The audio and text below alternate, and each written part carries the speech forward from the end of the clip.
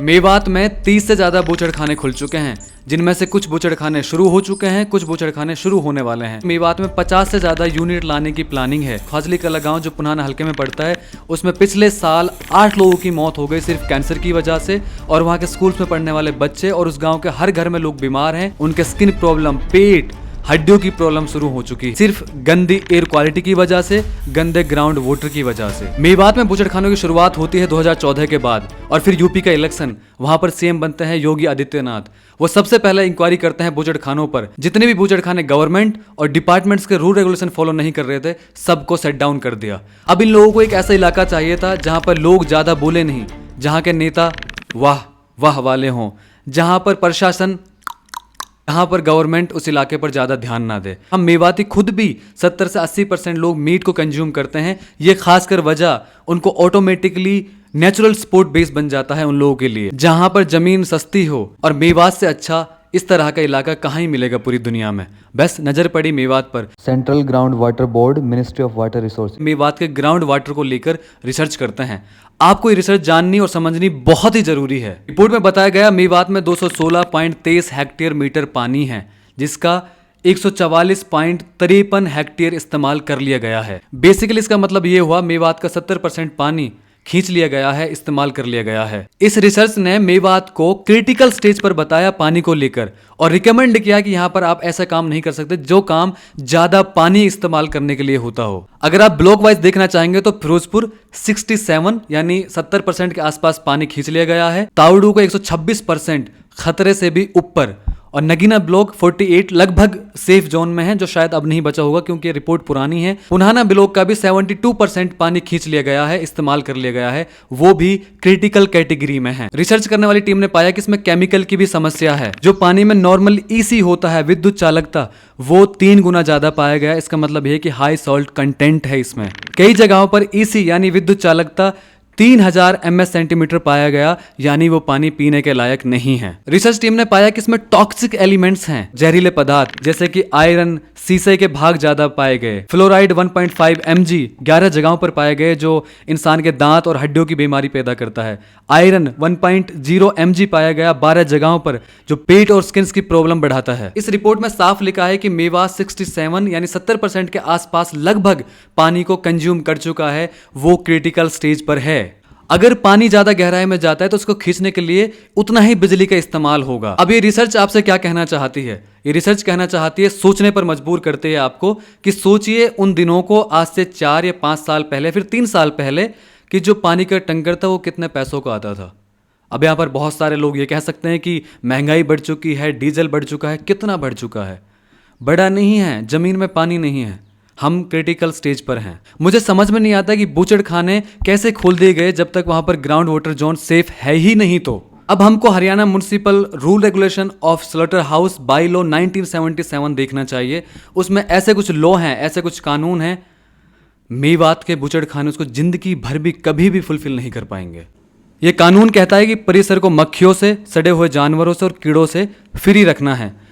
और ये लोग कहता है कि कोई भी बूचड़खाने को शहर की जो सीवर लाइन है उनसे जोड़ना ही जोड़ना है, और जो बूचड़खाना है उसकी टाइम टेबल होना मैंडेटरी है कि वो किस टाइम से किस टाइम तक काम करता है, और जो शुल्क है, जो वो वेतन दे रहे हैं लोगों को, जो सैलरी दे रहे हैं, वो भी एक फिक्स होनी चाहिए। बूचड़खाने के किसी भी भाग में खाल के अंदरूनी हिस्सों को जमीन पर रगड़ना या रगड़वाया नहीं जाएगा। बाल वाले हिस्सों को छोड़कर बूचड़खाने परिसर में खाल और चमड़े को घसीटा नहीं जाएगा। और जो पशु वहां पर कटने आ रहा है वो 8 महीने से कम का ना हो।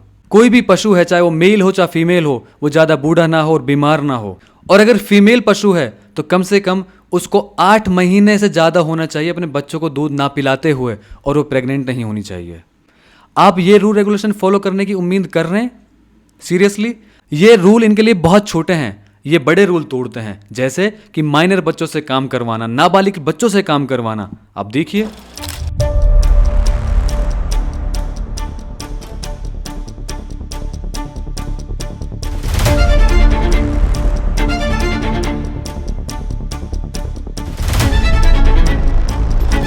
अब सबसे बड़ा सवाल और सबसे इंपॉर्टेंट सवाल ये बनता है कि इनके लिए सर्टिफिकेट कौन देता है? किन किन डिपार्टमेंट से लाइसेंस लेना मैंडेटरी है और कौन सा सबसे ज़्यादा इंपॉर्टेंट है। पहला होता है town and country planning department, जिसको हम बोलते हैं DTCP, जो CLU सर्टिफिकेट प्रोवाइड करता है, change of land use.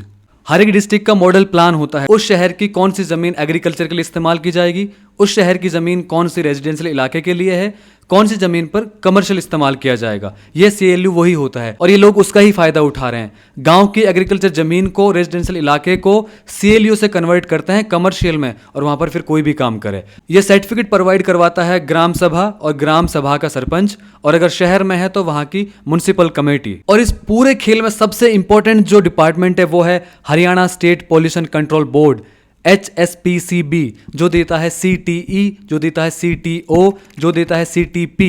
CTE होता है कंसेंट टू एस्टेब्लिश, यानी बनाने से पहले ये सर्टिफिकेट लेना होता है। CTO होता है कंसेंट टू ऑपरेशनल, यानी शुरू करने से पहले।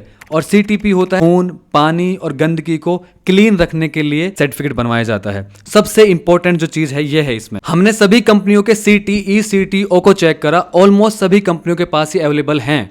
हमने देखा कि सबके पास हैं, लेकिन सवाल यह है कि ये मिला कैसे है। इतना एयर क्वालिटी खराब करने के बाद, पानी वेस्ट करने के बाद, ग्राउंड वाटर को खराब करने के बाद ये दिया क्यों गया है। घाटा शमशाबाद में फैक्ट्री है, उसकी बदबू वहां से 5 से 6 किलोमीटर दूर गांव रवा तक जाती है। वहां के लोगों की आपको कहानी सुननी चाहिए।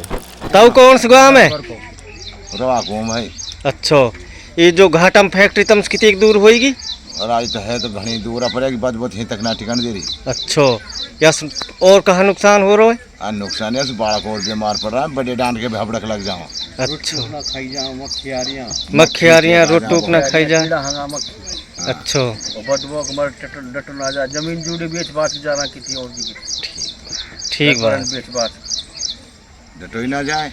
अच्छा, और कहा चाहो, कहा नाम बदबू खत्म होनी चाहिए? हाँ, बदबू खत्म होनी चाहिए, हमने और कुछ ना चाहो। अरे हम फैक्ट्री खत्म हो जाए को जब ठीक। कोई ना जा रही तो।